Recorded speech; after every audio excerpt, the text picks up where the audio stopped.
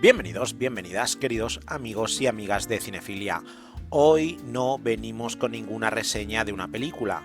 Hoy nos espera algo grande de verdad, ya que el vídeo que nos ocupa es un tributo a la Universal y al primer universo monográfico dentro del cine que duró la friolera de 26 años, y no es ni más ni menos que la historia de los monstruos clásicos de la Universal. Es curioso cómo mucha gente joven de hoy en día reniega del blanco y negro y de las obras clásicas del cine. Y en parte es porque piensan que estas películas no son para ellos, que son obras muy anticuadas, alejadas de su gusto actual, donde reinan universos propios, como son la de los superhéroes de la DC o de la Marvel. Pero no pueden estar más equivocados, porque esto que parece tan moderno, el crear una serie de películas con personajes de la cultura popular de corte juvenil, ya lo venía haciendo la Universal durante 5 lustros, desde 1925 hasta 1956, con lo que llamamos hoy en día películas de monstruos de la Universal, que se han convertido así en un propio género. Alejadas de los premios y las críticas por los eruditos del momento, estas películas han calado más en nuestra cultura actual que cualquier otra obra. Y si quieres acompañarme en este viaje al pasado que te hará entender el presente, ponte cómodo, porque empezamos. La Universal es una de las mayor más antiguas de la historia, al que le debemos, por ejemplo, la acreditación de los actores en las películas. Ahora me imagino que te estará sorprendiendo de esto, pero es que el primitivo cine no solían acreditar a los actores, y la primera en hacerlo fue la Independent Movie Pictures, que 4 años después, en 1912, se convertiría en la Universal. El caso es que Carl Laemmle, creador entre otros de la productora, quería que la contratación de los actores fuera lo más fácil posible, más fácil que a la competencia, así que decidió poner los nombres en los créditos de las películas. Este reconocimiento hizo que los mejores intérpretes del momento ficharan por la IMP, creando lo que hoy llamamos el Star System. Otra cosa que debemos entender es que estamos en el mundo del cine de los grandes estudios. ¿Qué quiere decir esto? Pues que el estudio trabajaba como si fuera una factoría industrial. Los atrecistas, guionistas, actores y directores figuraban como meros artesanos para el estudio, que era el que decidía cómo se rodaba, qué se rodaba y por quién. El resto del staff estaba bajo contrato, con lo que el cine de autor y guionistas independientes aún no existía. Así que hay que decir en buena justicia que el género pertenecía a los estudios. Y ahora vamos a ver qué pasaba en el mundo. Pues bien, el cine alemán de los años 20 era el que más reconocimiento tenía a nivel mundial junto con el norteamericano. Y estos fueron los primeros en acudir a las historias góticas de terror con aquellas obras expresionistas como El gabinete del Dr. Caligari, Golem o Nosferatu. La sensación que daban aquellas historias terroríficas en los espectadores de aquellos tiempos era tal que acudían en masa a ver aquellas producciones. Y tras el Dr. Mabuse de 1922, la Universal pensó en replicar aquellos mismos mimbres, pero en sus producciones. Todas las obras tenían un mismo germen, películas de terror basadas, más o menos acreditadas, en la literatura popular. Mabuse era una versión de la novela de Norbert Jacques, el Golem de la novela de Gustav Meyrink, y Nosferatu, ya sabemos todos lo que pasaba con Nosferatu, que se basa en Drácula pero no consiguieron los derechos. Así que todas las obras partían de otra más popular. Así que la Universal decidió hacer lo mismo, y pensaron en adquirir los derechos de un clásico de terror de la época, El fantasma de la ópera de Gustave Leroux, que era una sensación desde su publicación en 1910. Así que, para adquirir los derechos, Laemmle se marchó a París y contactó con Leroux. Tras firmar el contrato, puso a lo mejor de su plantilla a trabajar en la obra, que protagonizaría el gran Lon Chaney Sr., y lo dirigiría Rupert Julian. Al final, la película fue todo un éxito, sobre todo por el horror que creaba el maquillaje de Chaney en los espectadores de la época. Y este film resultó ser el pistoletazo de salida para su nueva forma de hacer cine en la Universal. Tras ello vendría El Drácula de 1931. La Universal quería que esta vez el vampiro apareciera en pantalla con su nombre, por lo que tuvieron que pagar los derechos a los herederos de Stoker, para realizar una de las obras más grandes de todos los tiempos, El Drácula de Todd Browning.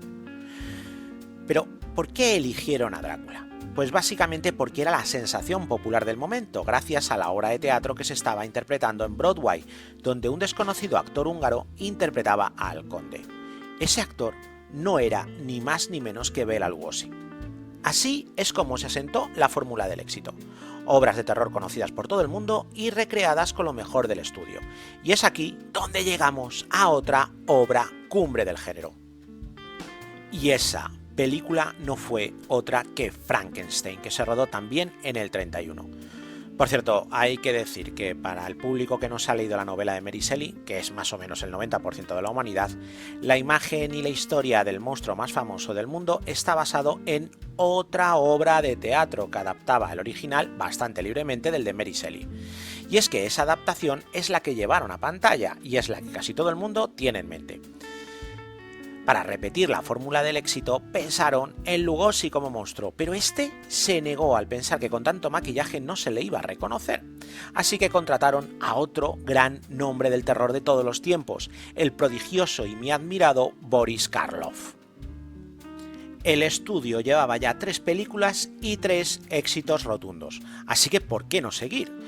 El siguiente terror en coger forma en la Universal fue La momia, película que narraba la resurrección del faraón Imhotep, interpretado esta vez por Karloff, y que quiere secuestrar a una joven que le recuerda a su amada. No hace falta decir que volvió a ser la sensación del año arrasando en taquilla y que el público esperaba ansioso el estreno terrorífico anual de la Universal. En 1933 fue el año del Hombre Invisible, rodada por Whale, basada en la novela de H.G. Wells, obra que mezclaba la ciencia ficción y el terror como la anterior película de Whale, El monstruo de Frankenstein.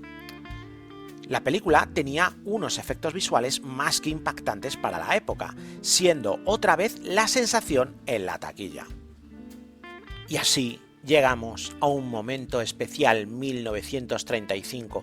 Solo unos meses después de rodar la maravillosa El hombre invisible, vendría el momento de una de las más grandes historias rodadas en este género, la portentosa Novia de Frankenstein, otra vez rodada por James Whale, y que esta vez sí, los críticos más puristas se rindieron ante esta película. Público y crítica se enamoraron de la obra que continuaba aquella primera obra del monstruo donde el gran Karloff hacía de criatura. Pero en este film, sobre todo, se enamoraron de la bellísima Elsa Lanchester, que nos ha regalado para la posteridad una de las imágenes icónicas del pop universal, que hoy en día sigue estando vigente. Ahora llegaría el momento del terror licántropo con la grandiosa, aunque menor, Lobo humano de 1935 y que sería interpretado por Henry Hull y dirigida por Stuart Walker. ¿Y qué sería de esos universos sin segundas, terceras partes, secuelas, precuelas y versiones? Pues también lo hizo la Universal, porque ahora llegaría el momento de La hija de Drácula del 36, dirigida por Lambert Hiller. La sombra de Frankenstein de Rowland V. Lee, rodada en el 39. El regreso del hombre invisible de Joe May, La mano de la momia de Christy Cavan, La mujer invisible, la paridad llegaba de la mano del gran Stuart Sutherland, todas rodadas en 1940. Con lo que ya podéis ver que las producciones se multiplicaban. Y ahora voy a hacer un alto en el camino, porque en 1941 George Bagger rodaría la maravillosa Hombre Lobo, que eclipsaría la primera versión del 35. Ya que en esta estaba interpretada por el hijo del gran Lon Chaney, Lon Chaney Jr. y Claude Rains. La historia tiene una gran anécdota. En principio, Chaney iba a la mansión de Rains para reparar un telescopio. Era mordido y ya sabemos toda la historia de después. Pero a los productores no le encajaba eso de que no tuvieran ningún lazo entre los dos protagonistas. Así que decidieron que Chaney fuera el hijo de Rains. Y esto no tendría que ser negativo, si no fuera porque Chaney medía casi 2 metros y Rains solo 1,60. Con lo que saltaron chistes de todo tipo. Si este es el hijo y este es el padre, ¿cómo debe de ser la madre? Pero bueno, chascarrillos aparte, esta obra es un pilar cumbre del cine de terror, la que encumbró al hombre lobo en el cine, y que nos ha llegado a nosotros como imagen popular de la criatura de la luna llena. Tras esa gran obra, el género toca techo, y ahora empieza el declive, con obras mucho menores como El fantasma de Frankenstein, El agente invisible, La tumba de la momia, que fueron todas rodadas en 1942. Y ahora nos viene a la cabeza que en la actualidad las franquicias enfrentan a sus héroes en películas para atraer a los fans de los dos, por ejemplo la de Superman contra Batman. Pues tampoco es original, es una copia de lo que ya hizo la Universal en 1943, cuando Roy William Neill rodó Frankenstein y el hombre lobo. Tras estas últimas películas, la Universal ya no arrastraba a la masa. Solo los grandes fans acudían a las salas de cine. Así que decidió volver a sus orígenes, y qué mejor que rodar otra vez la película con la que empezó todo, El fantasma de la ópera, pero esta vez con sonido. Y eso fue lo que hicieron en 1943, en una obra dirigida por el gran Arthur Lubin. A ver, es cierto que el original es mejor, pero este remake sonoro es maravilloso, y es el que hemos visto y el que recordamos, y seamos sinceros, es un buen remake y una película estupenda. También del 43 es El hijo de Drácula, de Robert Siodmak. A ver, he de decir que Lon Chaney Jr. la capa no le queda tan bien como el pelo corporal. Y es que se me hace raro ver un conde Drácula que tiene una espalda como para hacerte él solo la mudanza del apartamento. Pero recordar que ya estamos en el declive del género. Y ahora vamos a un movimiento que hizo la Universal. A ver, La venganza del hombre invisible, de Ford Beebe. El fantasma de la momia, de Reginald Leborn. La maldición de la momia, de Leslie Goldwyn. La cingara y los monstruos, de Early C. Keaton. Todas fueron rodadas en 1944 en un intento de si por calidad no te gano, lo haré por cantidad. A ver, ahora la Universal tenía un plan para volver otra vez a la gran taquilla, o por lo menos a la taquilla popular. Pero antes rodaría dos películas más o menos canónicas, La mansión de Drácula, de Early C. Keaton, rodada en 1945, y La loba humana, de Jan Jabur, del 46. Pero después de esta, empezaron a reírse de sí mismos, haciendo parodias de sus propios monstruos, como las que hicieron posteriormente con Abbott y Costello. Y la primera fue rodada en 1948, en Abbott y Costello contra los fantasmas. Después vendría Abbott y Costello contra el hombre invisible en 1951 y Abbott y Costello contra el Dr. Jekyll y Mr. Hyde, que sería el cierre de esta trilogía que congratuló al público en general con los monstruos. Aunque ya no daban tanto miedo, el público sí que va a verla. Eso sí, las críticas fueron demoledoras. Hay que decir que entre tanta comedia aún se rodó alguna película seria como La venganza de la criatura de 1955, pero fue solamente un breve paréntesis, porque también ese mismo año se rodó Abbott y Costello contra la momia.